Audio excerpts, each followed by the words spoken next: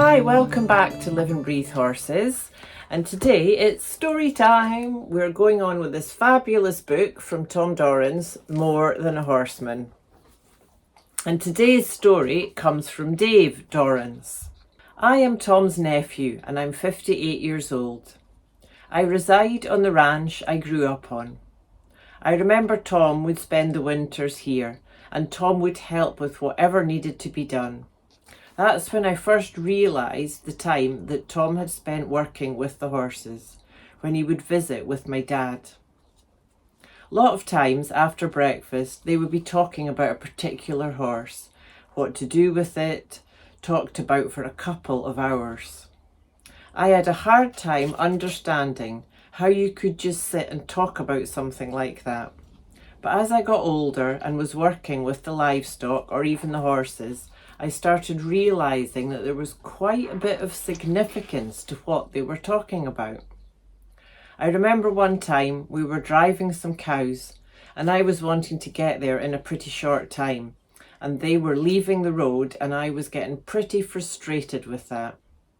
Tom finally, in his way, told me how this had been shaping up to happen for quite a while before. He started showing me that cows might not be actually looking down off the road, but their ears were kind of pointed that way. And if you were not paying attention to that, they are liable just to walk off. I found out that you really need to be pretty aware when you're working with livestock. There's something you're looking for way before it happens. I've always admired how when Tom started to do something, he'd thought it out before he even moved. Sometimes myself, I would get up from the table and I would start from one direction. Then I would need to be over here. I noticed Tom was already thinking about what he was going to do next. I thought that was a real good trait. Tom could make gate latches for a wire gate. A person could actually open them and close them on horseback. Tom had electric cord and wire he sometimes put on a swing gate to pull the gate closed if you were horseback.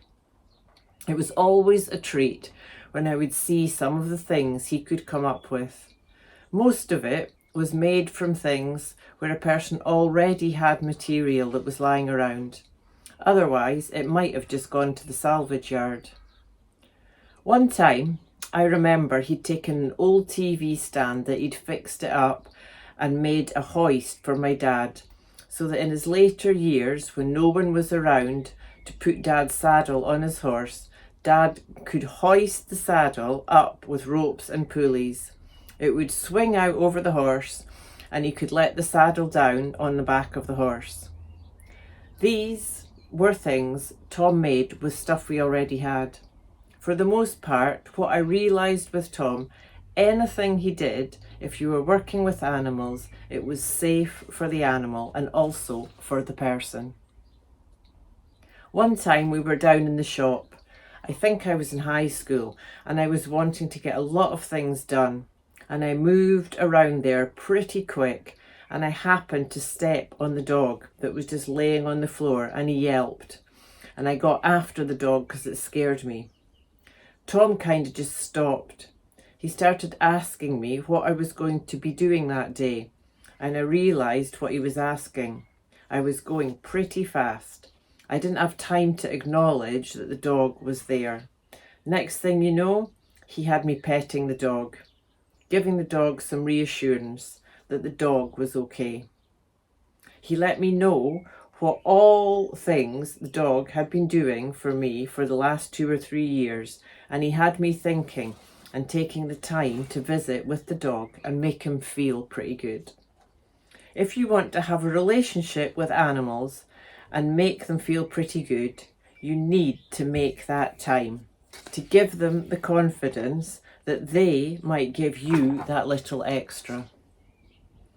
I noticed that when Tom was around livestock, he would be working to get their attention, to know where he was, and he would position himself so he could direct them to where he wanted to throw the loop on there. to throw the loop on there. I finally started to realise he would never throw the loop unless it was going to go on. Those are the kind of things that I observed. So thank you for joining us today. Me and my book. Keep on tuning into the light, and I look forward to see you next time.